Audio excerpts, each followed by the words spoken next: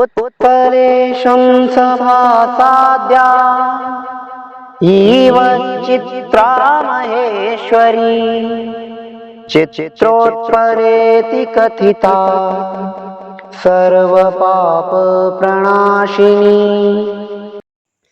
नमस्कार, मैं त्रिनाथ राणा चित्रोत्पला की धारा चलचित्र श्रृंखला की 45वीं कड़ी में आपका स्वागत है।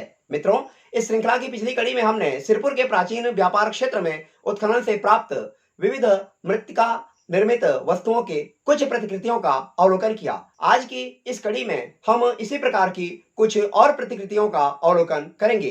तो आइए आरंभ करते हैं। पूर्व चलचित्र में हमने पासे की गोटियां, कंचे, मानव शीर्ष एवं उनके शरीर इत्यादि अनेक वस्तुओं की प्रतिकृतियों का अवलोकन किया। आज का यह चलचित्र हम आरंभ करेंगे इस प्रारूप से। यह एक स्त्री का शीर्ष भाग है जो कि मृत्तिका निर्मित है। हम देख रहे हैं इनके जो केश हैं वे विशेष प्रकार से सुसज्जित हैं। इनके कान दिखाई दे रहे हैं, आंखें दिखाई दे रही हैं। आंखें मृत्तिका निर्मित धागे से घिरी हुई हैं। इनके ओष्ठ हम स्पष्ट देख सकते हैं और इनकी जो नासिका है उसमें एक सुंदर आभूषण भी सुसज्जित है। इनके कर्ण में भी एक विशेष प्रकार का आभूषण सुसज्जित है। हमारे छत्तीसगढ़ में नाक के इस प्रकार के आभूषण को फुली कहते हैं और कान में ये जो आभूषण है इसे संभवतः खिनुआ कहा जाता है। अगला प्रारूप हम देख पा रहे हैं, यह है एक नारी की प्रतिमा। हम देख पा रहे हैं वक्षस्थल उभरे हुए हैं एवं वक्षस्थल से नीचे का भाग तनिक सकरा है। हाथ टूटे हुए हैं, कटी से नीचे का भाग भी टूटा हुआ है। इनके स्कंध पर केश के टूटे हुए भाग दिखाई दे रहे हैं। यह एक स्त्री की प्रतिमा है। अगला प्रारूप हम देख पा रहे हैं, यह है एक नारी प्रतिमा का शीर्ष भाग। सिर के ऊपर मुकुट सदृश संरचना थी अथवा इस प्रकार का केश सज्जा किया जाता था और इनके दोनों ओर हम देख रहे हैं सुसज्जित केश दिखाई दे रहे हैं। ओष्ठ एवं आंखें भी दिखाई दे रही हैं। अगला यह जो प्रारूप प्राप्त होता है इसमें हम स्पष्ट देख रहे हैं वक्षस्थल उभरा हुआ है, वक्षस्थल के नीचे का भाग तनिक सकरा है, इनके कटी से नीचे का भाग टूटा हुआ है, दोनों हाथ टूटे हुए हैं एवं शीर्ष का भाग भी टूटा हुआ है। यह एक और नारी की प्रतिमा है जिनका वक्षस्थल उभरा हुआ है, वक्षस्थल से नीचे का भाग एवं हाथ के भाग टूटे हुए हैं। ग्रीवा पर सुंदर ग्रीवाभूषण है और स्कंद के दोनों ओर केश सुसज्जित हैं। आंखें एवं ओष्ठ दिखाई दे रहे हैं। यह भी एक नारी की प्रतिमा है। यह एक और नारी प्रतिमा का शीर्ष भाग हम देख पा रहे हैं। कानों पर सुंदर कुंडल हैं और शीर्ष पर जो है केश विशेष प्रकार से सुसज्जित है। नासिका उभरी हुई है।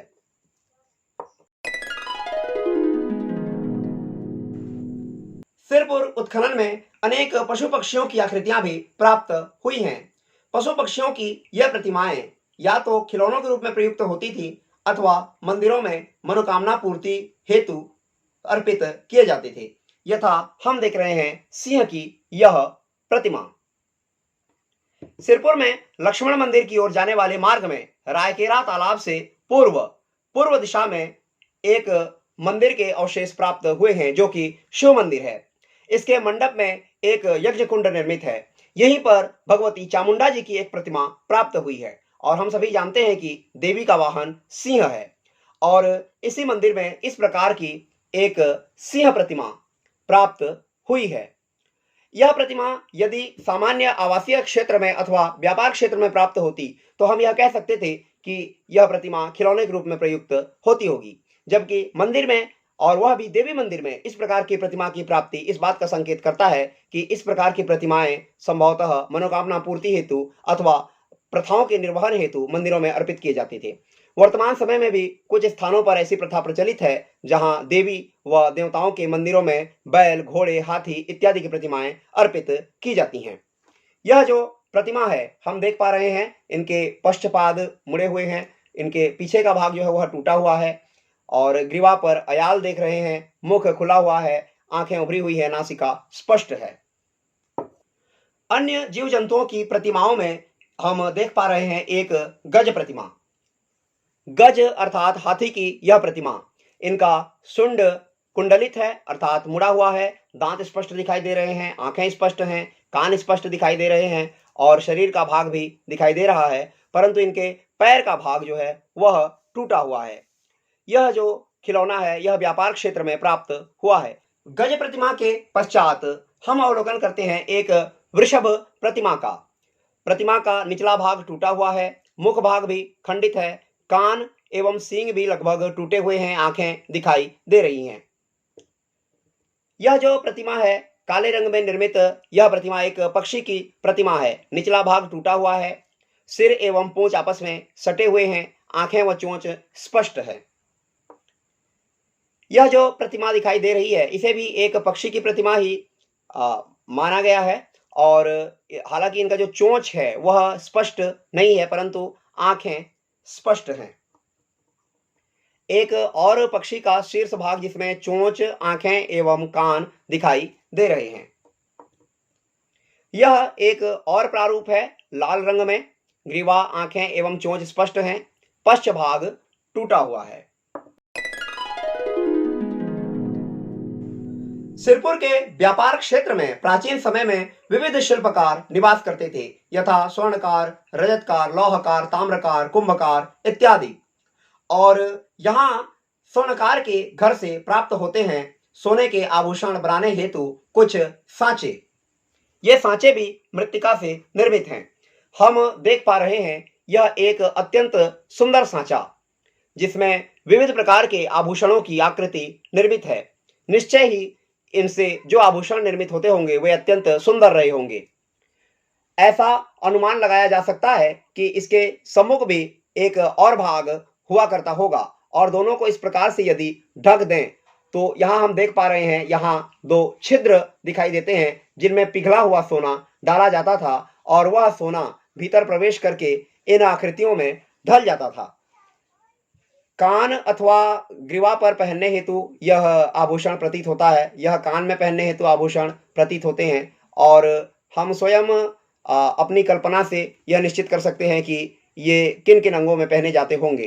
प्रत्येक आभूषण में स्वर्ण को प्रवेश कराने हेतु मार्ग निर्मित हैं, यह इसके लिए, यह इसके लिए, और स्पष्ट रूप से हम दूसरी ओर भी देख सकते हैं यहाँ भी सोने के प्रवेश हेतु मार्ग निर्मित हैं।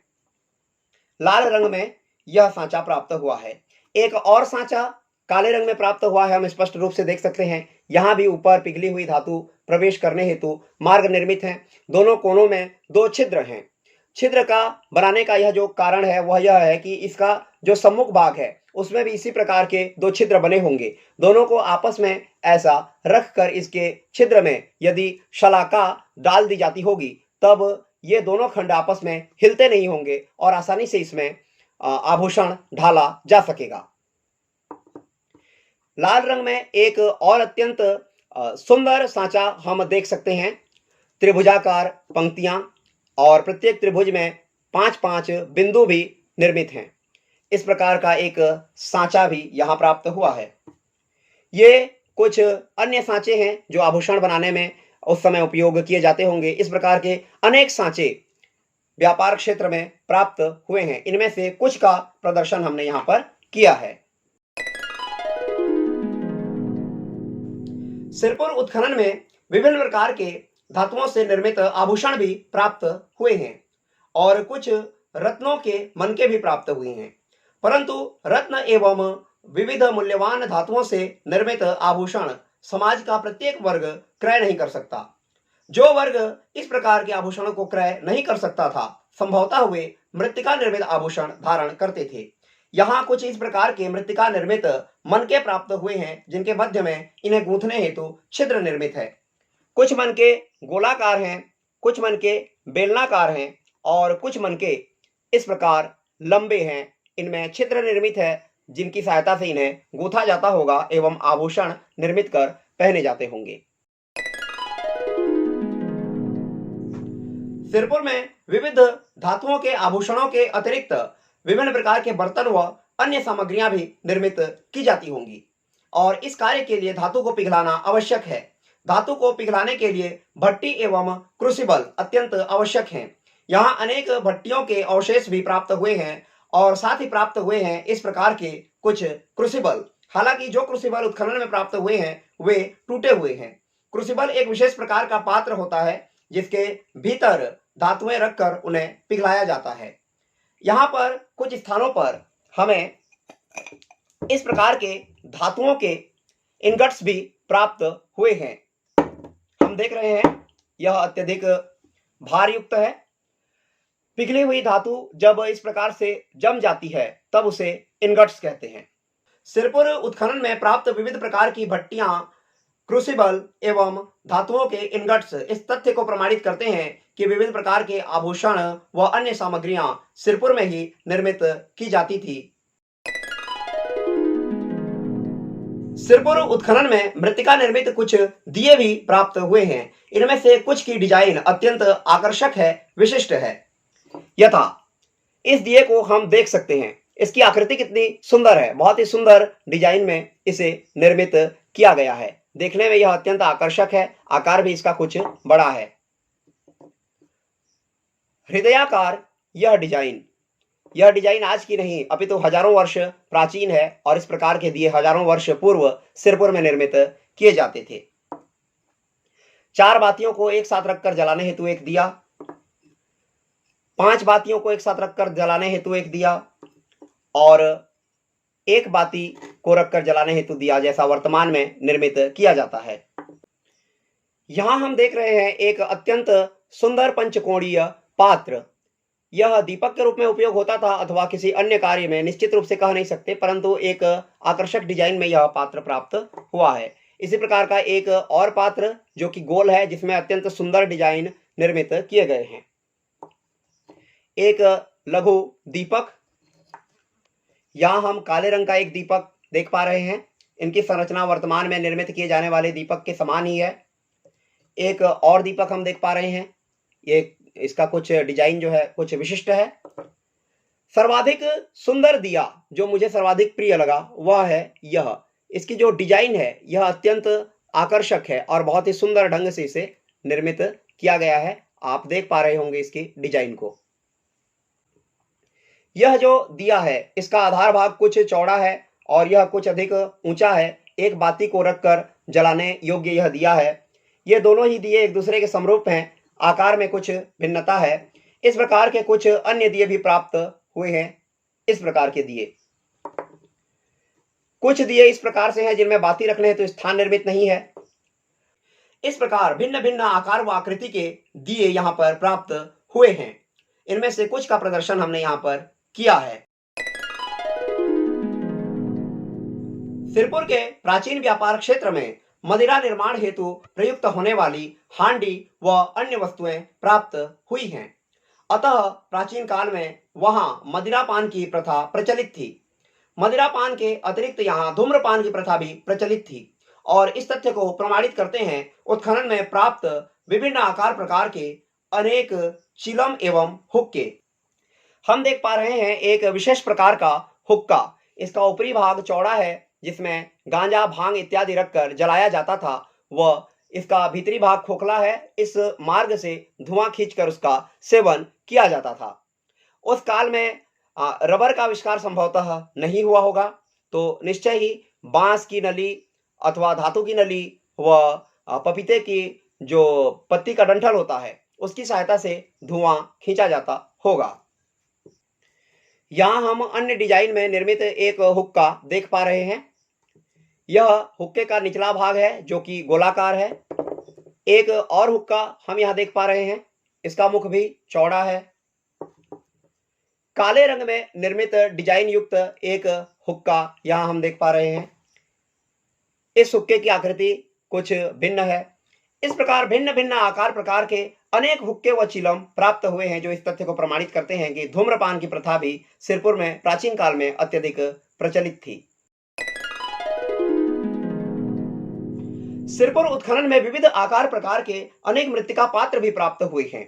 इनमें से कुछ के आकार व आकृतियां अत्यंत आकर्षक हैं। हम देख पा रहे हैं मृत्तिका निर्मित एक पात्र जिसमें कोई द्रव पदार्थ रखा जाता था। इसकी निकासी हेतु यहाँ मार्ग बना हुआ है और इसका मुख अपेक्षाकृत छोटा है। इन्हें ढकने हेतु इस प्रकार के ढक्कन भी निर्मित किए जाते थे। यहाँ से नीचे का भाग बर्तन के अंदर रहता होगा, ऊपर जहां वृत्ताकार उभार निर्मित हैं वह ऊपर रहता होगा, इस प्रकार से इसे ढका जाता होगा। इसी प्रकार का एक और पात्र हम देख रहे हैं यहां प्राप्त हुआ है। यह जो संरचना है इसमें वृत्ताकार उभार निर्मित है, जिसके कारण यह अत्यंत आकर्षक प्रतीत हो रहा है, परंतु किस कार्य में इसका उपयोग होता था निश्चित रूप से हम कुछ कह नहीं सकते। इसी प्रकार की एक और संरचना हम यहां देख पा रहे हैं। कोई मार्ग तो इसके भीतर कोई वस्तु प्रवेश कराने हेतु दिखाई नहीं दे रहा, कह नहीं सकते यह भी किस कार्य में उपयोग होता था। कुछ लघु संरचनाएं इस प्रकार की प्राप्त हुई हैं। इस प्रकार की कुछ लघु संरचनाएं प्राप्त हुई हैं। यह जो पात्र है हम देख पा रहे हैं, इस प्रकार की संरचना को हमारे छत्तीसगढ़ में तुथरू ठेका कहा जाता है और विवाह आदि कर्म में इसका प्रयोग किया जाता है। उस समय में विवाह कर्म में प्रयोग होता था अथवा नहीं, कुछ कह नहीं सकते। हम जानते हैं कि सिरपुर में प्राचीन काल में आयुर्वेदिक चिकित्सा पद्धति अत्यंत प्रचलित थी। आयुर्वेदिक चिकित्सा पद्धति में नेतिकर्म एक प्रमुख क्रिया है। नेतिकर्म में एक नासिका छिद्र से जल प्रवेश कराया जाता है व दूसरे नासिका छिद्र से उसे निकाला जाता है। पुनः दूसरे नासिका छिद्र से जल प्रवेश कराकर पहले नासिका छिद्र से निकाला जाता है। इस क्रिया को नेतिकर्म कहते हैं और इस क्रिया में इस प्रकार के पात्र प्रयुक्त होते हैं। संभवतः नेति क्रिया करने हेतु इसमें जल भरकर नेति क्रिया संपन्न की जाती होगी, ऐसा मेरा अनुमान है। इस प्रकार के कुछ मृत्तिका निर्मित पात्र भी यहाँ प्राप्त हुए हैं। हालांकि जो पात्र प्राप्त हुए हैं वे कुछ टूटे हुए हैं और इस प्रकार के जो संरचनाएं हैं विवाह आदि कर्म में इस प्रकार की संरचनाओं का उपयोग होता है। इस प्रकार के 4 संरचनाएं आपस में रखकर इनके ऊपर इस प्रकार दीपक रखा जाता है व दीपक जलाया जाता है। छत्तीसगढ़ में विवाह आदि कर्म में इस प्रकार के पात्रों का उपयोग किया जाता है। इस प्रकार के कुछ पात्र भी उत्खनन में प्राप्त हुए हैं। एक और पात्र, कुछ ऐसे पात्र जिनमें जल निकासी हेतु पार्श्व में मार्ग निर्मित नहीं है, ऐसे कुछ पात्र भी यहाँ प्राप्त हुए हैं। इन्हें ढकने हेतु इस प्रकार के कुछ ढक्कन भी यहाँ प्राप्त हुए हैं। यह एक और पात्र हम देख सकते हैं। देखने में यह गुल्लक जैसा प्रतीत होता है। इसका कुछ भाग टूटा हुआ है। संभवतः यहाँ मार्ग निर्मित होता था, इसमें सिक्के इत्यादि रखे जाते थे। निश्चित रूप से कुछ कह नहीं सकते, पर इस प्रकार के कुछ पात्र प्राप्त हुए हैं। यह एक विशिष्ट संरचना हम देख पा रहे हैं।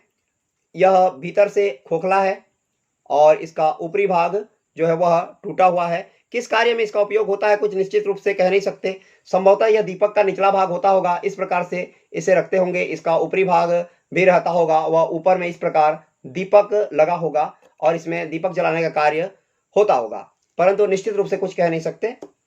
इस प्रकार का एक संरचना हम देख पा रहे हैं। इस प्रकार की कुछ संरचनाएं भी प्राप्त हुई हैं। अनुमान है कि यह ढक्कन रहता होगा, ऊपर किसी पात्र के ऊपर इस प्रकार से इसे ढका जाता होगा, ऐसा अनुमान है।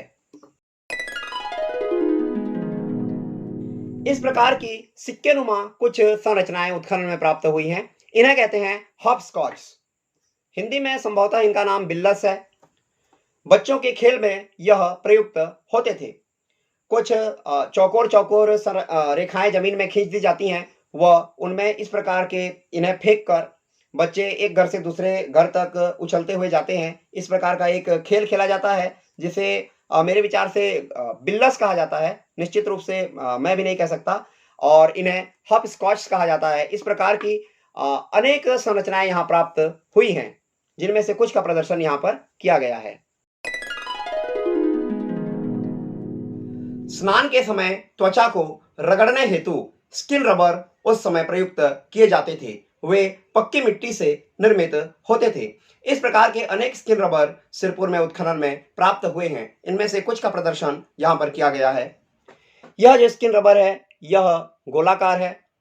एक और स्किन रबर हम देख पा रहे हैं, कुछ लंबा है। प्रिज्म के आकार का एक स्किन रबर यहाँ हम देख पा रहे हैं, एक घनाभाकार स्किन रबर। मृत्तिका निर्मित इतने अधिक वस्तुओं की प्राप्ति इस तथ्य को प्रमाणित करती है कि यहाँ निश्चय ही कुंभकारों का निवास रहा होगा।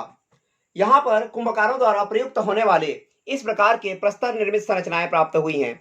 इन्हें हमारी भाषा में पीढ़ कहा जाता है। कुम्हार जब मिट्टी के बर्तन चाक में गढ़ता है तब उन्हें कुछ समय तक धूप में रखने के उपरांत उन्हें पीट पीट कर उनका वास्तविक आकार दिया जाता है। इस कर्म में प्रयुक्त होते हैं इस प्रकार के पीढ़। कुछ पीढ़ प्रस्तर निर्मित हैं एवं कुछ पीढ़ मृत्तिका निर्मित हैं। पीढ़ की सहायता से बर्तन को भीतर से सहारा दिया जाता है, वह पीटना की सहायता से ऊपर पीट कर उसे वास्तविक आकार दिया जाता है। पीटना लकड़ी से निर्मित होता है और लकड़ी अधिक समय तक भूमि के भीतर सुरक्षित नहीं रह सकती, अतः उत्खनन में पीटना हमें प्राप्त नहीं होता और प्रस्तर निर्मित इस प्रकार के पीढ़ प्राप्त होते हैं।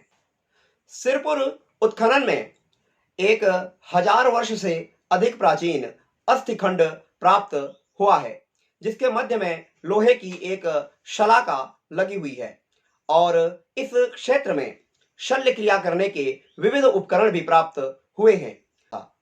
अतः हम कह सकते हैं कि चिकित्सा पद्धति उस समय भी अत्यधिक विकसित थी। इस चलचित्र में जिन भी वस्तुओं का प्रदर्शन किया गया है, ये केवल प्रतिकृतियां हैं। मूल वस्तुओं का अवलोकन अभी जन सामान्य नहीं कर सकते। इस हेतु सिरपुर के लक्ष्मण मंदिर परिसर के पश्चिम भाग में एक संग्रहालय निर्मित हो रहा है।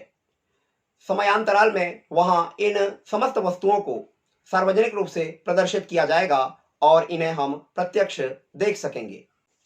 इस प्रकार आज के इस चलचित्र में हमने सिरपुर में उत्खनन से प्राप्त विविध प्रकार की मृत्तिका निर्मित वस्तुओं के प्रतिकृतियों का प्रदर्शन किया। आशा करते हैं जानकारी आपको अच्छी लगी होगी। आगामी चलचित्रों में हम सिरपुर के कुछ और स्थानों के विषय में चर्चा करेंगे, तो बने रहिए हमारे साथ। वीडियो को देखने के लिए आपका बहुत बहुत धन्यवाद।